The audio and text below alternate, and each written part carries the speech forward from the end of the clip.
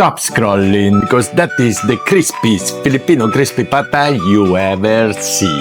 And the secret isn't just the fry. Stay until the end because I give you the trick to get that unbelievably crispy skin every single time. Welcome back to my channel. Every Saturday, New recipe. today we are making one of the most iconic Filipino dish. And let's go cooking. A common technique is to boil the pork first with aromatics such as garlic, onion, peppercorns, and bay leaves, then dry it well before frying to achieve the crisp texture. The ingredient of our beautiful dish of today. 1 whole pork leg.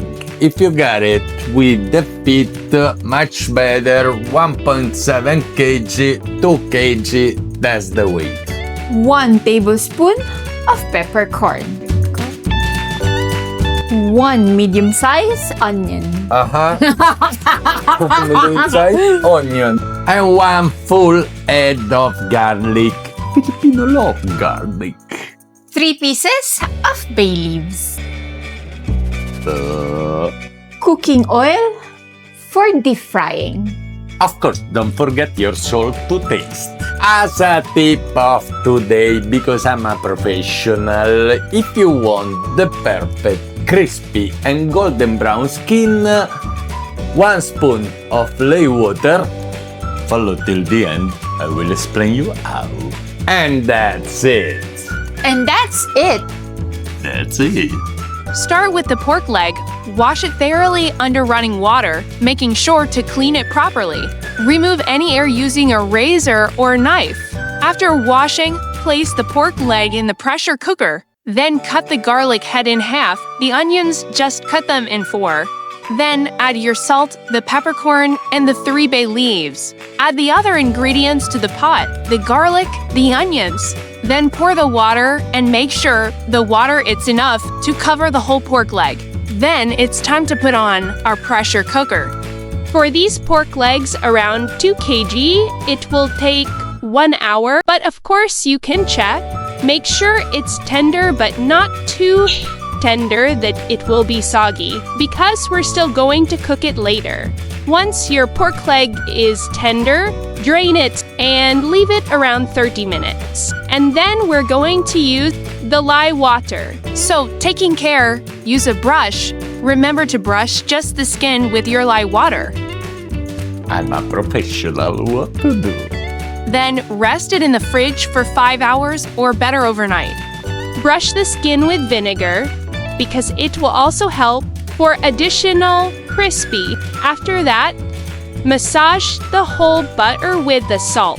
Wait 30 minutes and then prepare for the frying. If you like this recipe, Hit the bell for all notifications. comment below and Subscribe. don't forget to share with your friends and family.